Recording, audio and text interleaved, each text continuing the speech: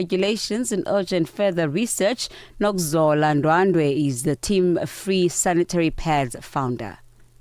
Given the urgency that such menstrual products of a poor quality cause endometriosis and PCOS and possible cervical cancer, our organizations have already taken steps as early as 2023 to educate women on the chemical contents that are contained in the menstrual products, and that these menstrual products should not really be distributed, and the focus should be on organic menstrual products that are of a high health standard nature, that are actually approved by the health regulatory professional body, which is SACRA. Turkish President Tayyip Erdogan says that Israel's recognition of the breakaway Republic of Somaliland would not benefit Somaliland or the region.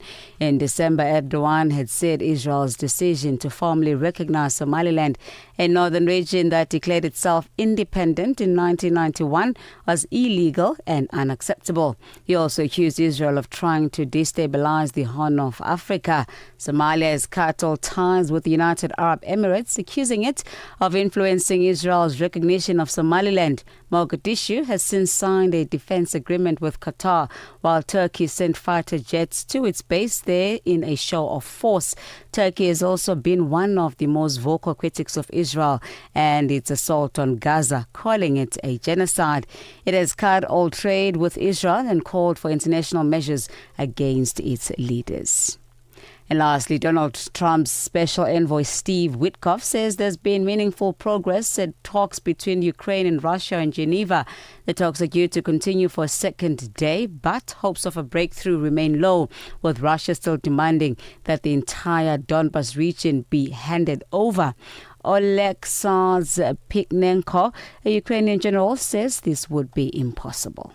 I actually believe that this is impossible at the moment. A ceasefire along the line of contact is something we can still understand, but no one will give up territories. If there is an order to withdraw, then we will withdraw. But will the population of our country accept that?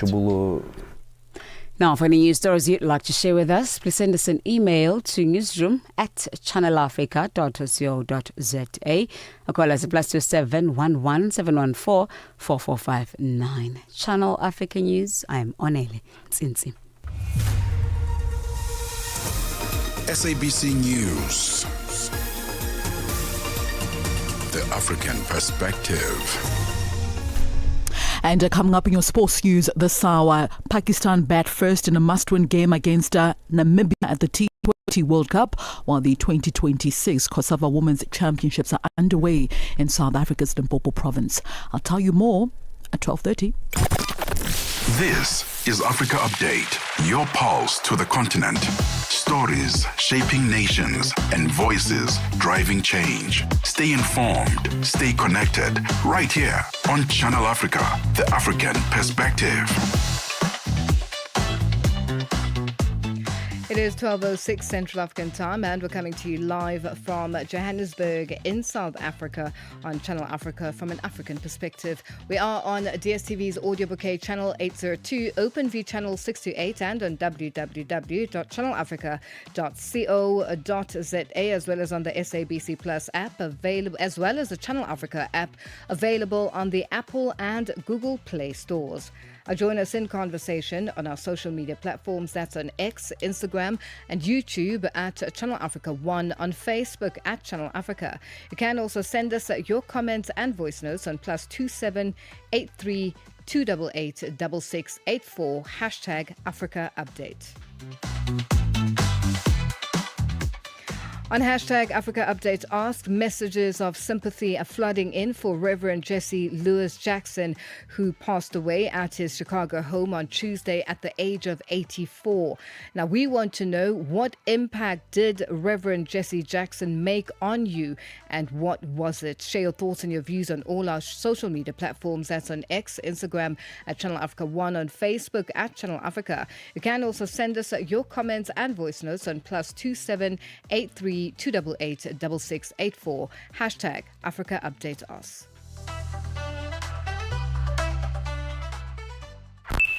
The whole population of Africa has been shocked to the depth of its soul. For 60 years, Channel Africa has been the voice that connects the continent, telling our stories and sharing our vision with the world.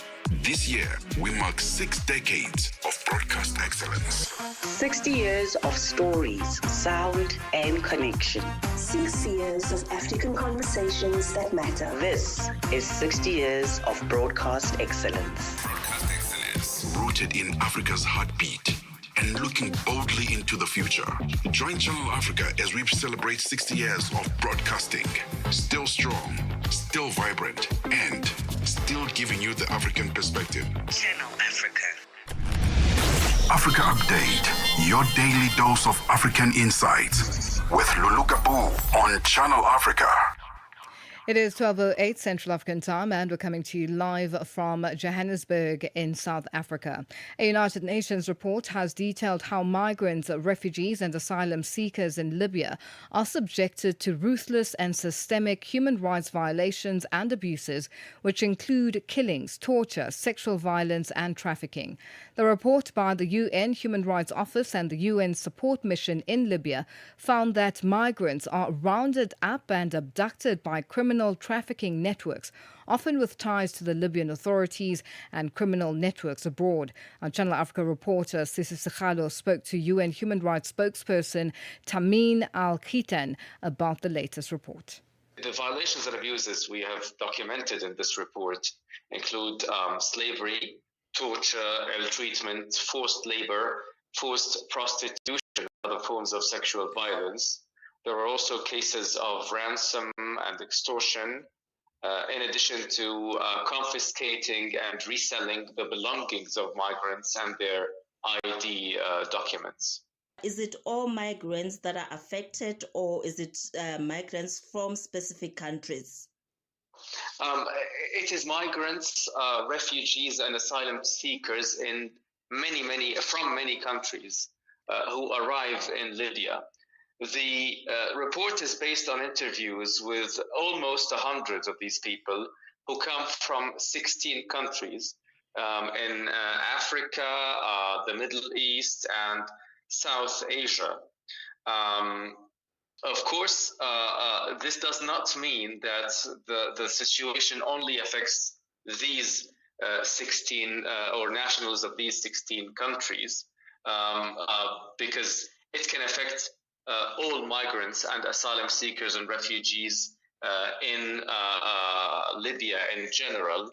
And the main focus of this year's report is the exploitative model that preys on migrants and asylum seekers and refugees in order to generate profit for these criminal groups and those in power who are profiting from this system of exploitation.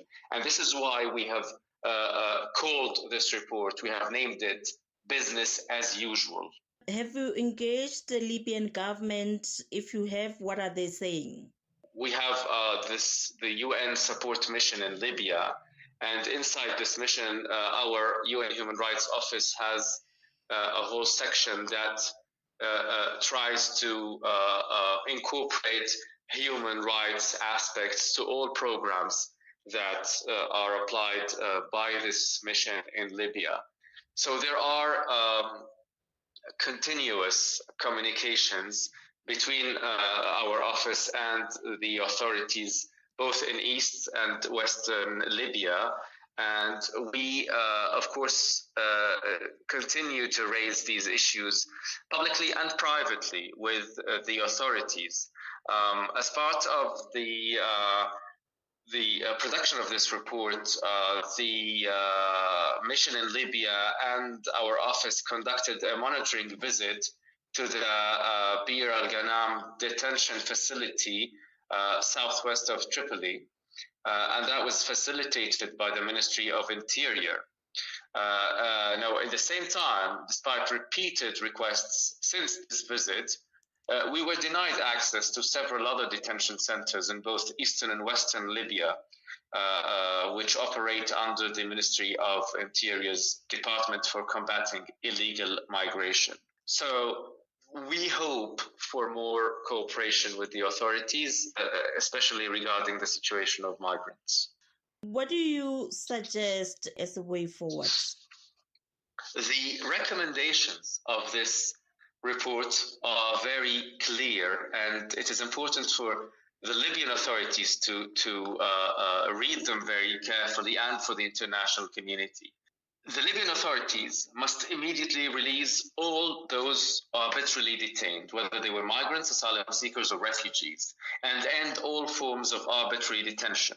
It is also very important that migrants, asylum seekers, and refugees are not treated as criminals or as a national or public security threats themselves. And reform to migration management and border control is very important as well. The Libyan authorities must cease all dangerous interception practices at sea, and they should decriminalize irregular entry, stay, and exit from the country.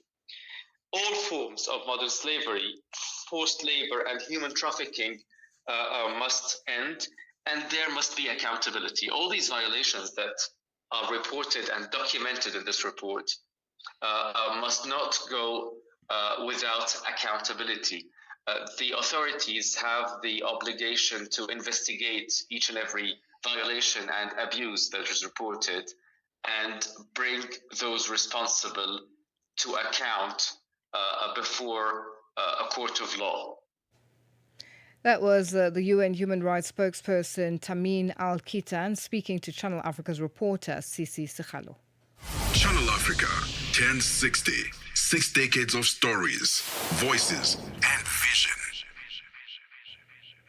A former Tanzanian President Jakaya Kikwete says the AU plan on water and sanitation will go a long way in addressing the challenges of water in different countries. Now, former President Kikwete spoke on the sidelines of the AU summit in Addis Ababa, Ethiopia. Together a team of experts, both from the continent, from outside, the global team that came up with the design of the Africa Water Investment Program. And for us, in the Global Partnership for Water Partnership for Southern Africa, we are the ones who oversee this. And I'm the chairman of the board of that. So we worked hard until we concluded the Africa Water Investment Program. After we concluded it, we brought it here. And the the heads of the IU endorsed that program. Yes, so it is that's why I call it the AU Africa Water Investment Program. They say AUIP, Water Investment Program. So that's it. And then it is created a leadership structure. There are 3 co-chairs. 2 of them, African heads of state. Yes, we have now we had President Hagenko, we had President Macky Sall. Now we have Nandi Ndaitwah, and we have Bassirou, the president of Senegal. And then we had a co-chair from the Global North. We've been working with the Netherlands. The Prime Minister of Netherlands is part of this team. It's part team of them. But also there are heads of state and government representing the regions. The African Union has 5 geographical regions. We have North Africa, and the King of Morocco has been part of that, a member of that. And then we have the West Africa, yes, and Gambia is representing, the president of Gambia is part of that. And then we have the Central Africa region. President Tshisekedi is member of that high-level panel. And then we have Southern Africa. President Ramaphosa is a member of that panel. We have Eastern Africa, where we have we had President Kenyatta first. After he left, President Ruto has taken over. But at that time, we only had male presidents. Then I remember in the discussion, I think it was the Prime Minister of the Netherlands said, no. We should male dominate. Yes, sir. We have to. That's why I brought in. For Eastern Africa now, they have 2. There is President Samia. Yes. So this is the leadership of the Africa Water Investment International High-Level Panel on the Africa Water Investment. So we have had the experts are continuing to do work. As we said, there's been the first work that has been presented on the possibilities of raising the 30 billion gap, which was presented at the UN summit, I think, 2 years ago. Yes. And then, of course, we launched a special campaign. Yes. It's a sort of a campaign on water, which we are continuing to mobilize resources. So the meeting in South Africa in August was part of that campaign to raise resources, and it went very well. It went very well, as I said. We had a commitment of 10 to 15 to 12 billion dollars committed, yes, and there were 80 projects that were presented, yes, and with 38 African countries had presented projects. So this in a nutshell is what is really going on. But to cap it all, the Global Water Partnership organization, which has been based in Sweden since inception, it's now moving to Namibia. Now the Global South and one of our own, Namibia, is going to host that. That was former President Kikwete speaking on, former Tanzania's President Kikwete speaking on the sidelines of the AU summit in Addis Ababa, Ethiopia. It is 19 after 12, Central African Time. África. Conhece o Ntivani? Claro que sou eu. Ntivani é o amante da música de corpo e alma. Eu amo música africana. Ele aprecia todos os tipos de melodias e passa os seus dias a ouvir a Channel África. Okay. Adivinha só, a Channel África quer ajudar o Ntivani e os amantes da música em todo o lado a descobrir ainda mais música incrível. Por isso, a Channel África está a convocar artistas africanos a submeterem as suas músicas. Músicos, lembrem-se de nos dar todas as informações relevantes no music@channelafrica.co.za. As submissões são a vossa oportunidade de ser ouvidos, mas não garantem inclusão na lista. Todas as submissões serão cuidadosamente analisadas para verificar se cumprem os requisitos da nossa estação. Canal África, a perspectiva africana. Africa Update, your daily dose of African insights with Lulu Gaboo on Channel Africa. It is 20 after 12 Central African Time, and we're coming to you live from Johannesburg in South Africa. Today on hashtag Africa Update Ask, messages of sympathy are flooding in for Reverend Jesse Louis Jackson, who passed away at his Chicago home on Tuesday at the age of 84. We want to know what impact he did have or make on you, and we want you to share your thoughts and all your views on all our social media platforms. That's on X, Instagram, and Channel Africa 1 on Facebook at Channel Africa. You can also send us your comments and voice notes on +2783 288 6684 hashtag Africa Update Us. 60 years of stories and sounds. Channel Africa, the African perspective. Recent reports allege that the Zimbabwean government may be targeting diaspora critics through a hit list of activists, journalists and opposition figures, particularly in South Africa and the United Kingdom. Those included in the hit list are Hopewell Chinono, Job Sekala and Tinashe Jonasi, among others. And to speak to us further, we are joined on the line by ZANU-PF Director for Information and Publicity, Farai Moroiwa Marapira. Farai, good afternoon, and thank you for joining us on Africa Update. Thank you so much for having me. It's an honor to be here. Farai, how does ZANU-PF respond to reports of a hit list, in inverted commas, targeting diaspora activists and opposition members? That is the stuff of imagination and totally untrue. We are a law-abiding party. We have no time to be making such nefarious plans against anyone.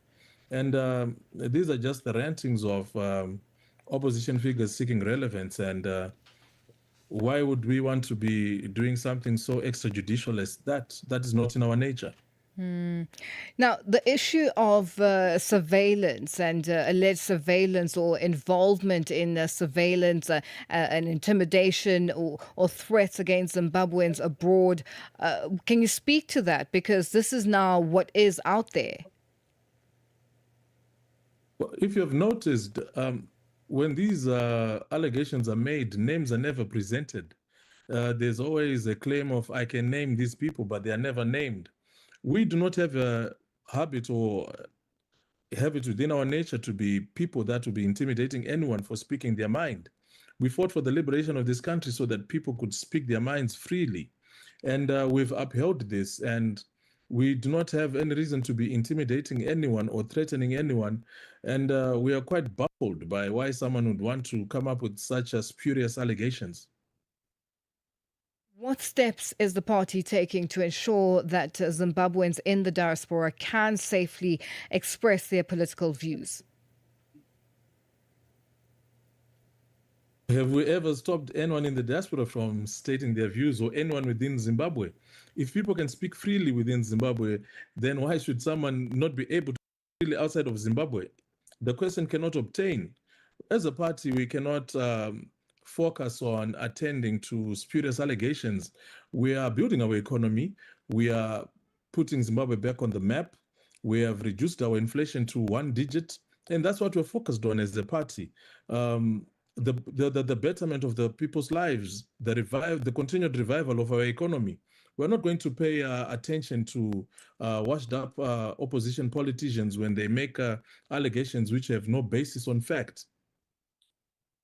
Because I beg your pardon, Farai, I have to ask about the gentleman who lost his life a week, a week or so ago, Kudzai Saruwaka in Pretoria. And we had spoken to Job Sakala, and he was quite adamant that there is a list, and Kudzai was one of the victims of that list, and he is also on that list.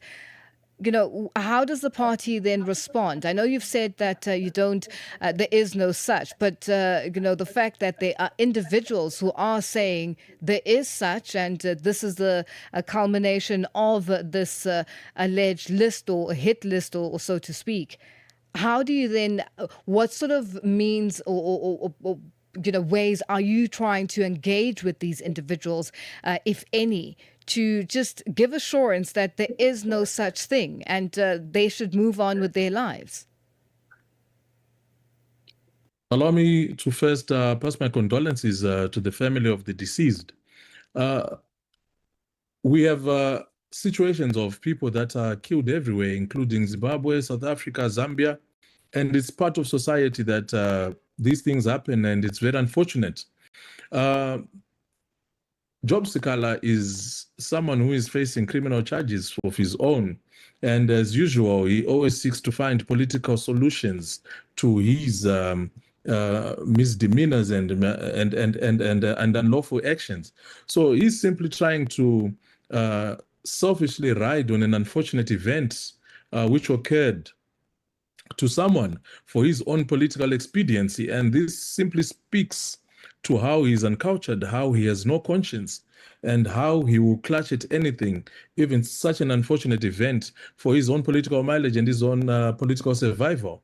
However, we have full faith in the South African legal system and the South African police, and we know that they will conduct full investigations on the matters, and they will conduct full investigations even on the allegations against Job Sikala, and that all this political grandstanding that he's trying to engage in is going to find him no recourse. And what do you know about the claims about passport confiscations or a blacklist of 60 individuals? Are these accurate? Do you have any information on that? That's utter nonsense. All right. And before we let you go, Farai, a group of former independence fighters in Zimbabwe have filed a legal challenge against the government's plans to extend President Emmerson Mnangagwa's term in office.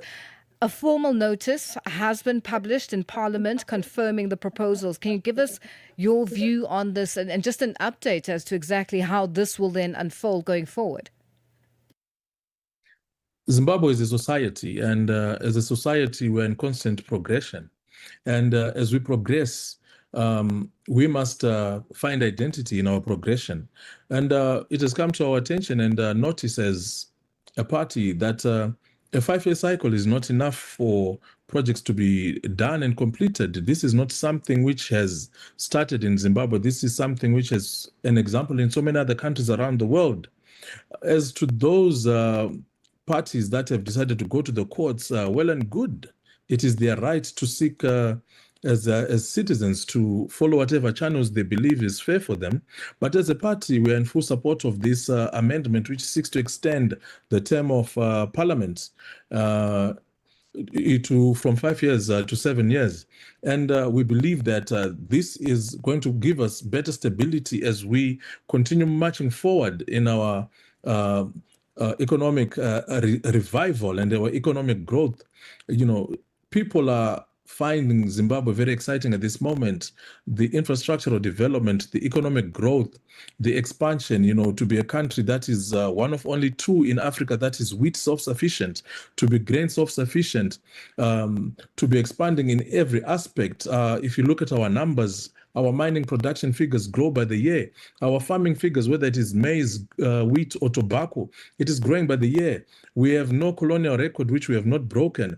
We are building high-impact dams, and this is what we're focused on. And this is why we believe in longer cycles, so that such projects, when started, can reach fruition before we go into elections. And as ZANU-PF, we're in full support of this when we are going to push as hard as we can so that this is realized, because we need this economic stability.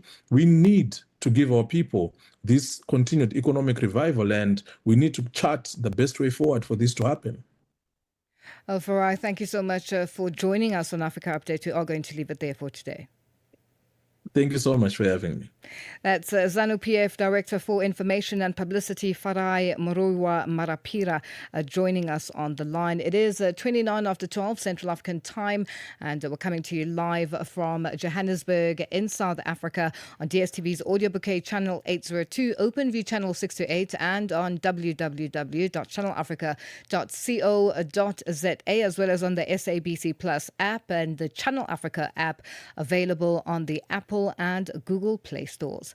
It's 12:30 and our news headlines up next. SABC News. Headlines. The African Perspective.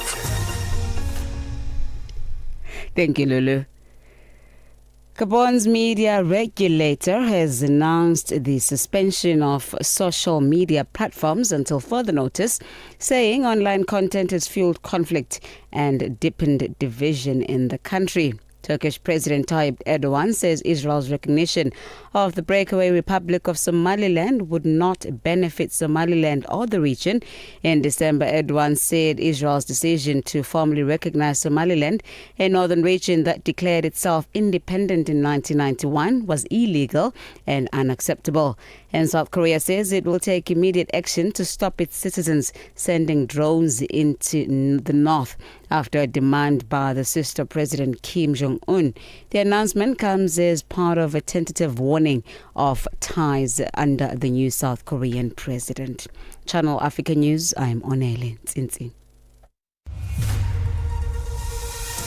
SABC News. Headlines. The African Perspective. Sports on Channel Africa. The African Perspective. And it's a very good afternoon from the sports desk. I am Musibu Dimakura with your latest sports news at the Sawa. So the COSAFA Women's Championship Tournament is underway in South Africa, in the Limpopo province, bringing together 11 teams for what promises to be a highly competitive regional championship, just ahead of the Women's Africa Cup of Nations tournament that starts next month in Morocco.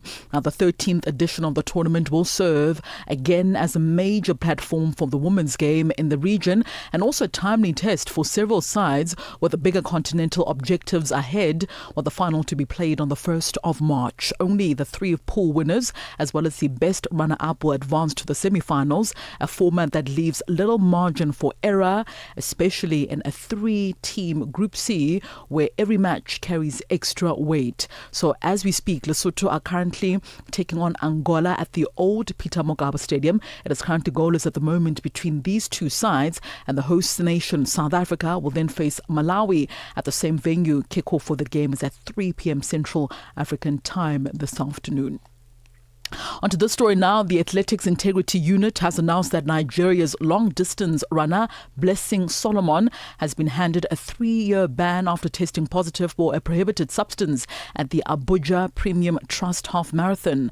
The sanction represents another setback for the Nigerian athletics, which in recent years has faced heightened scrutiny over anti-doping compliance. In a decision issued from its headquarters in Monaco, the AIU confirmed that the 28-year-old committed anti-doping rule violations following the detection of trematizine in a urine sample that was collected during the race on the 6th of December 2025. Now, on the 20th of January, the laboratory reported an adverse analytical finding based on the presence of that substance. Back home now, 6-time Two Oceans marathon champion Gerda Steyn says she does not consider herself an outright favourite ahead of the 56-kilometre ultramarathon that is set for the 11th of April at the University of Cape Town in South Africa's Western Cape province. Now, despite her dominance over the years, Steyn believes the competition continues to grow stronger and insists there are several talented athletes capable of pushing her all the way. So her main priority, she says, is ensuring that she is in peak physical condition as she targets a 7th consecutive record-extending title. Steyn expects athletes from Kenya as well as Ethiopia, along with a strong local contingent, to pose a serious threat in what is regarded as one of the most country's prestigious road races. Every year the competition is really strong, and I know that this year will be no different. There's competition now from Kenya and Ethiopia as well that I expect in the race, and other bordering countries. So it's not just the local athletes that is now proposing a competition for me, it's also other African countries, so I have to be on my 100% best on race day, and that is why now every day between now and the Two Oceans is just all about that goal. Onto this story now. One of Botswana's promising young tennis stars, Tinashe Patswane, has secured a 1-year sponsorship at the African Regional Training Centre in Tunisia, courtesy of the Confederation of African Tennis. Now, the 14-year-old's move to North Africa comes just weeks after another young Botswana ace, Malak Masheng, enrolled at the same facility. So while in Tunisia, Patswane will pursue her studies online and then compete in both local and international tournaments.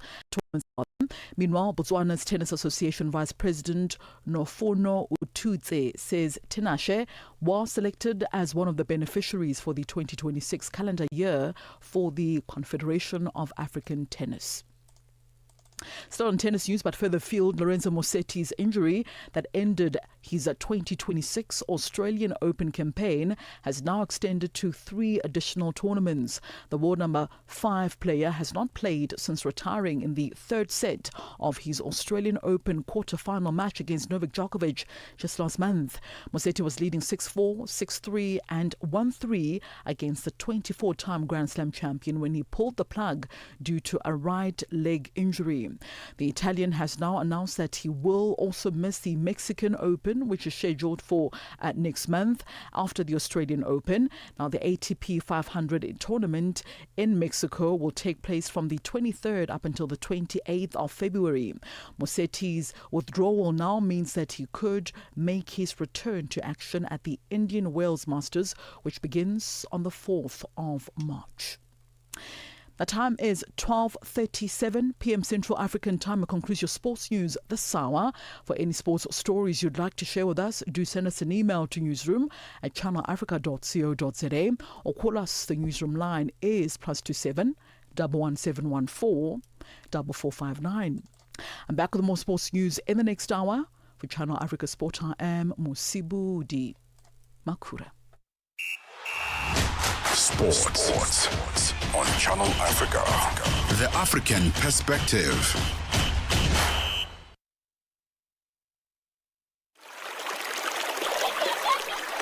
Across Africa, communities rise with the promise of clean water and clean sanitation. The African Union's 2026 theme calls us to action. It's about mobilizing real commitments, securing climate-resilient water and sanitation projects, and ensuring that water becomes a driver of sustainable development and prosperity across the continent. A landmark moment, not only for Africa, but for the global movement for access to safe water for all. Assuring sustainable water availability for every home, every village, every nation. This is the Africa we want. Channel Africa, the African perspective.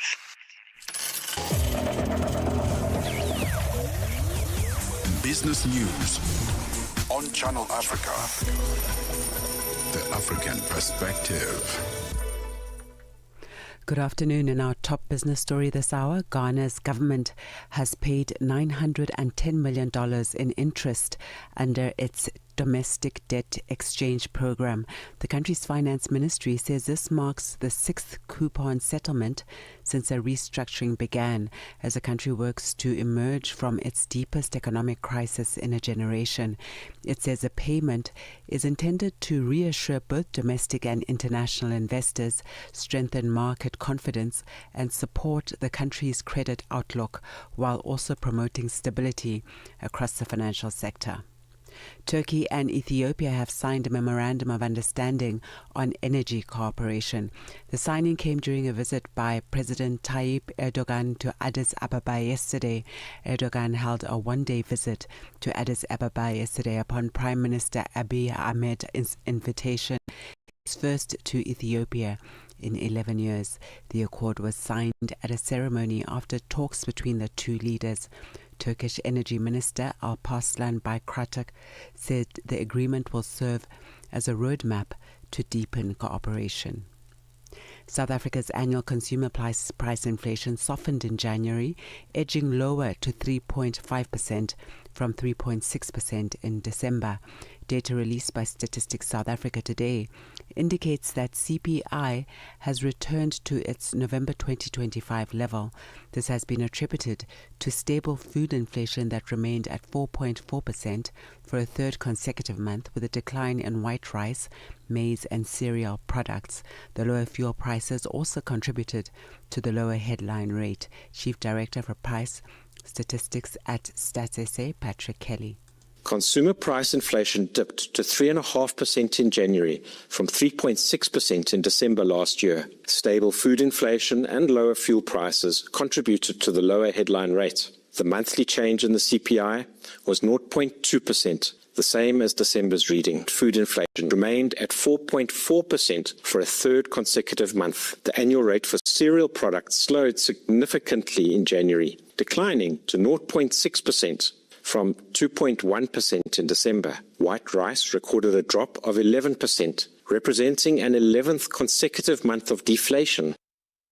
South Africa's opposition party, the Democratic Alliance, says that the Gauteng province has lost 54,000 jobs in the fourth quarter of 2025, the steepest decline of any province.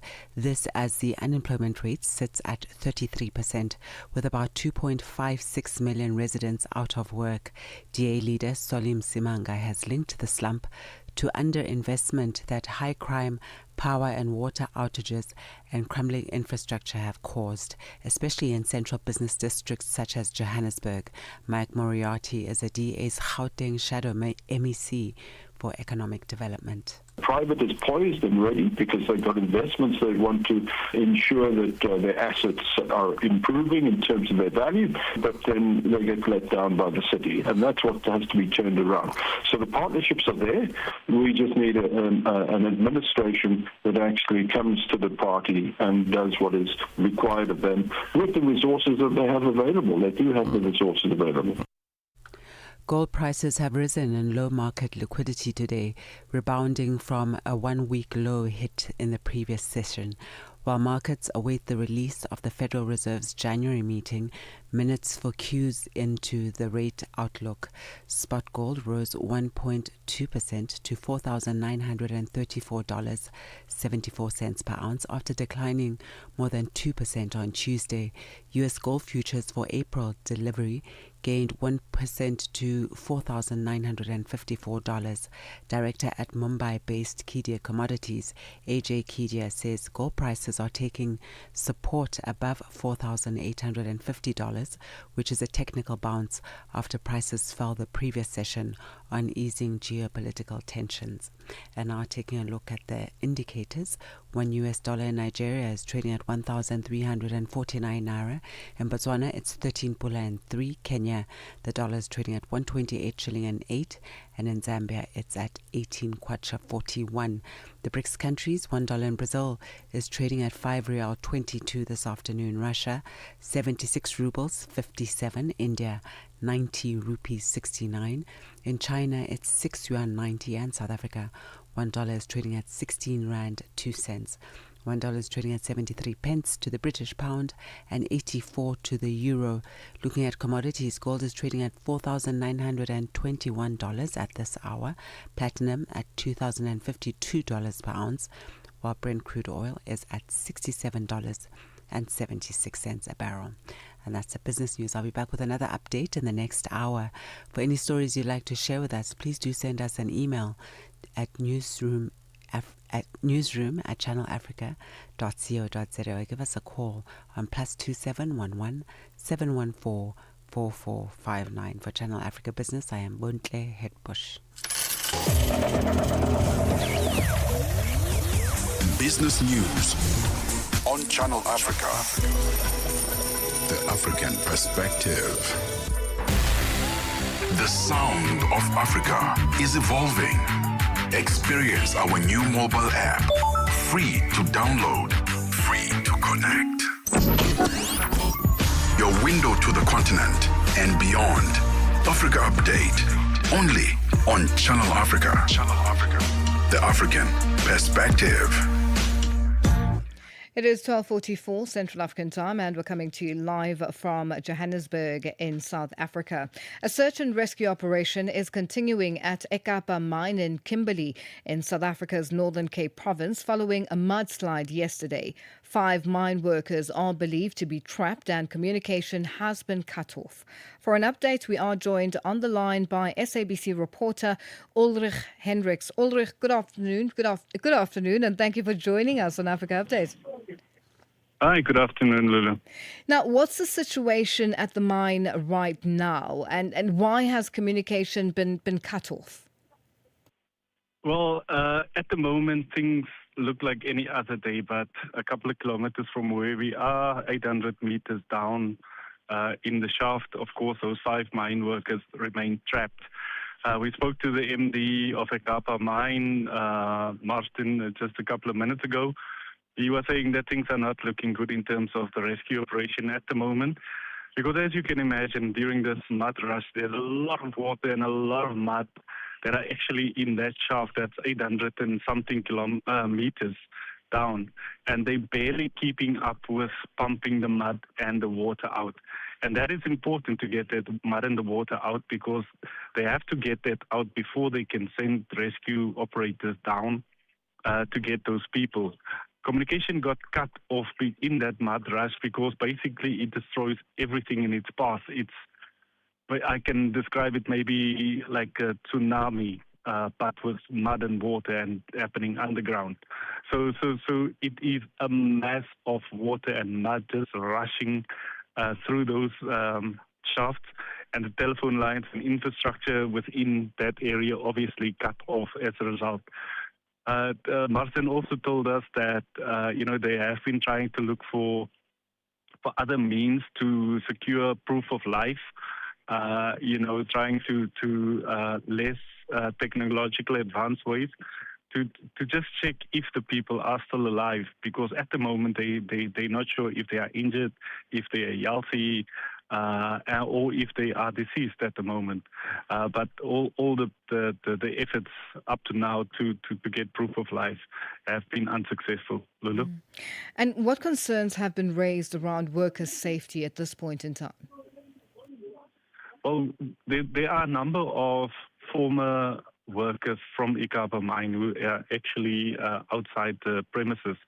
And they've been telling us that, this company has a history of sort of skirting around safety issues, and that there has been mud rushes. There was one in 2023, there was one in 2024, and another one that's currently, playing out before us. So we spoke to the MD, of course, and put that question to them. And, he was saying the kind of mining that they do is prone to mud rushes, and they try by all means to put safety first and put safety protocols in place. But at the moment, during this mud rush, those protocols and safety issues just failed. And as a result, the mud rush occurred. And the 5 miners, remain trapped at the moment. Lulu? And what of the families? What support is being provided for or to the families of the trapped workers? Well, the company have been shielding the family from the media, from basically everyone at the moment. They have in the very first press release confirming the incident. They basically said that they've been in contact with the families. They have been given counseling. This morning when we came here just around 6 o'clock, just reports of duty, we saw a number of workers going in and out, reporting for shift, and then others, going off shift. And we spoke to them, off camera and, off mic. And they basically told us that, the workers themselves are also getting counseling as a result, of the 5 mine workers, and as a result of the incident. As you can imagine, it is, something that is, heartbreaking to colleagues and family as well. Now, Ulrich, with regards to the company, the mining company, Ikapa, how long are they going to push for, continued search and rescue? And as you mentioned, they're still trying to find out proof of life and all those things. Are they giving themselves a time frame, or is it more than likely going to be another incident of the Lily mine of a couple of years ago? Listen, this is not going to be something that is going to happen today. They're not going to extract the miners today simply because of the amount of water and the amount of mud that are in that shaft. That's an 800-meter shaft. It's nearly a kilometer long. You've got water, you've got mud. The rescue operations are not going well at the moment. So it's going to take at least a couple of days. It might go into a week. Depending on, how fast they can pump out that water. They haven't given us a timeline. We were specific and asked them about an ETA, if they're hoping maybe tomorrow or the day after, but they were very adamant that, they can't put a timeline, and that's purely because, of the amount of water and mud in that shaft. If the miners are still alive, time is of the essence. We just don't know if some of them are injured, if they have sufficient food, if they have sufficient air down there. So time is really of the essence. And it doesn't look good in terms of the rescue operation with purely just the amount of water and mud that they have to get through to get to the trapped workers. Well, Ulrich, we'll leave it there for today. Thank you for joining us on Africa Update. That's SABC reporter Ulrich Hendricks joining us on the line. Africa at Play with Neto and ETO Chemane. Lelintle, talk to us about your relationship with your father, Coach Pitso. What is this one thing that he said to you that is still stuck at the top of your head? Coach Pitso and our mom, Moira Kakale, have always told us that whatever we do in life, we must do it to the best of our abilities and represent our family well. But the big thing is do what you love and do it with all the passion that you have. And I think we see it in both their work. I mean, my mom has done a really good job with placing Coach Pitso in different clubs around the world, and she's negotiated contracts, and she's showing that as a woman you can also do work that is seen, and you can also get respect from men in a male-dominated space. And I think my dad has also shown that you must never underestimate the Black African man. Lelintle Musimane, a South African communications and digital media professional. Lelintle is also a daughter to a great mentor when it comes to the game of football, Coach Jingles Musimane. Live every Saturday and Sunday from 2 to 5 p.m. Africa Update with Lulu Gaboo, 12 to 1 p.m. Central African Time. Well, happy hump day to Tebogo Lukuleni of The Upside. How are you today? Fantastic, Lulu. How are you doing? I'm good, thanks. And you? Here's what's coming up on The Upside this afternoon. It's a Wednesday. We talk all things travel. And this afternoon, we'll be talking about giving some ideas on what to do when you go to Tanzania.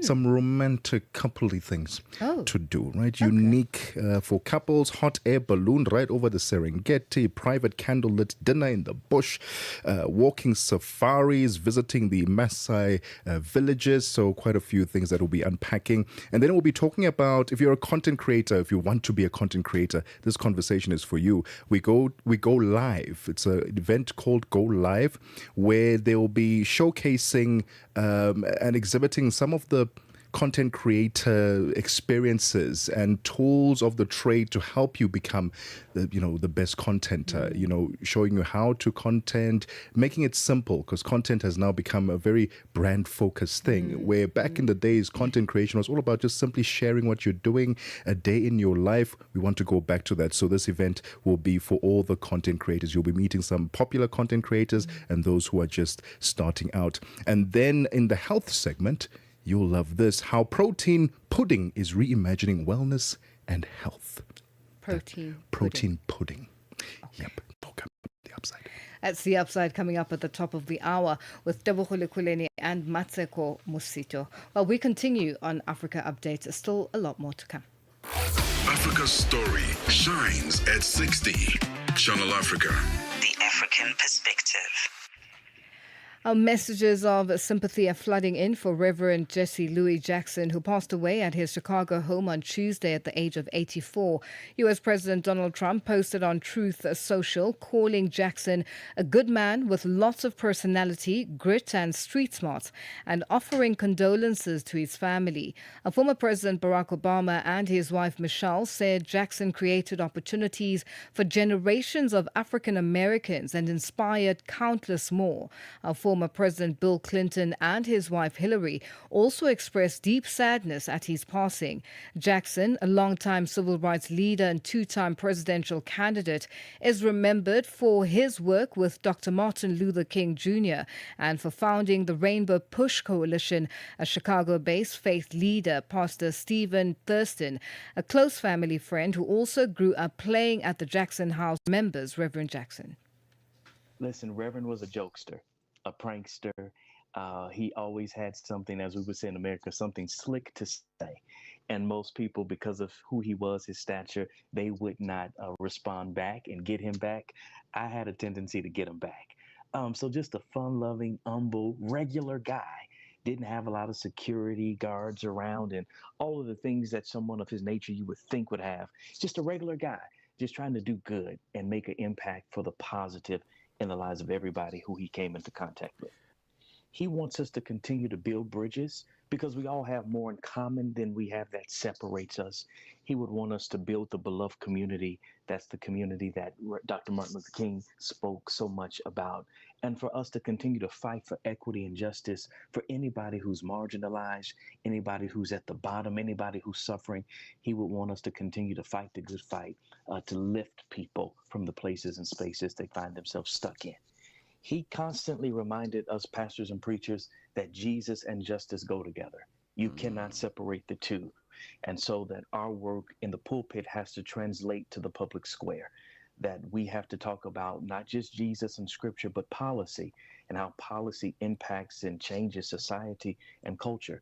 And so we have to bridge that gap, help people to understand these complex dynamics and relationships and partnerships and pieces of legislation, and do things from a perspective of bettering the lives of people, empowering the lives of people. We got to be the hands and feet of Jesus. And that's what he taught me and other faith leaders to do. As faith leaders, we cannot develop prophetic laryngitis, as what I like to call it.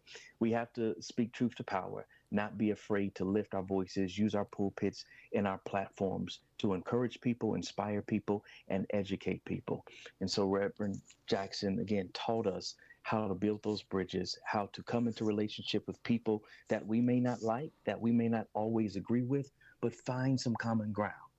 And from there, build things that would help to advance the lives of people around us. And that's what faith leaders have to do. We've got a captive audience every Sunday and throughout the week on social media. And so let's use these platforms responsibly to build this beloved community. Everybody has to do something. Nobody can do nothing, but everybody can't do everything. And so Reverend Jackson had a role in the organization that Dr. King led, and so did other young leaders that were coming up alongside of him. And so the older saints, as I call them, have to pour their wisdom into the younger saints, and the younger saints got to give the energy and vitality that they have to the wisdom that the older saints provide for us. And we all can do something, but none of us can do nothing. And so we must find our place, our fit in this work to move forward. And utilize the gifts, talents, and abilities that each other brings, and just plug in. If I see you're weak over there, but I'm strong here, let's plug together so that we can merge our resources together to make a difference. That was a Chicago-based faith leader, Pastor Stephen Thurston, a close family friend who also grew up playing at the Jackson House. And that's the question for today. What impact did Reverend Jesse Jackson make on you, and what was it? Share your thoughts and your views on all our social media platforms. That's on X, Instagram, at Channel Africa 1, on Facebook, at Channel Africa. You can also send us your comments and voice notes on +27 83 288 6684, hashtag Africa Update Ask. And that's how we wrap Africa Update today. It's been a good one. Continue with us on all our social media platforms, and let's do this again tomorrow. Bye-bye.